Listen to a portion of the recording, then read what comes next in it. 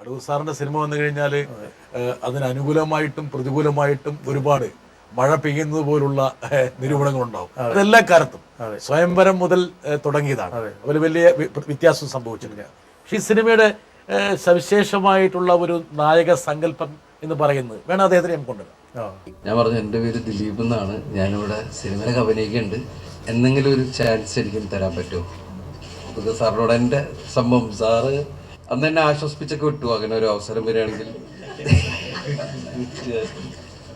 സത്യത്തിൽ കാരണം ഞാൻ അസിസ്റ്റന്റ് ഡയറക്ടറായിട്ട് വർക്ക് ചെയ്യുന്ന സമയത്ത് കമൽ സാർ ഒരുപാട് പേരെ ആശ്വസിപ്പിച്ചു കൊടുത്ത് ഞാൻ കണ്ടിട്ടുണ്ട്. ഞാനും വിചാരിച്ച അതുപോലെ വന്നു, സാറിനെ കാണാൻ പറ്റിയല്ലോ, അദ്ദേഹത്തിൻ്റെ കയ്യിൽ നിന്ന് ഒരു ഗ്ലാസ് ചായയൊക്കെ വാങ്ങിച്ച് കുടിച്ച് അന്ന് പോയതാണ്.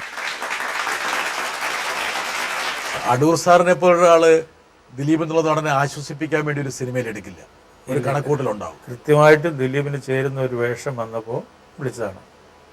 അത് എനിക്ക് അദ്ദേഹത്തിനെ തന്നെ കാസ്റ്റ് ചെയ്തതിൽ വളരെ സന്തോഷമുണ്ട്. അദ്ദേഹത്തിന് അഭ്യർത്ഥന മനസ്സിൽ കടന്നിരുന്നു അടൂർ സാർ എപ്പോഴെങ്കിലും? തീർച്ചയായിട്ടും എൻ്റെ മനസ്സിലുണ്ടായിരുന്നു.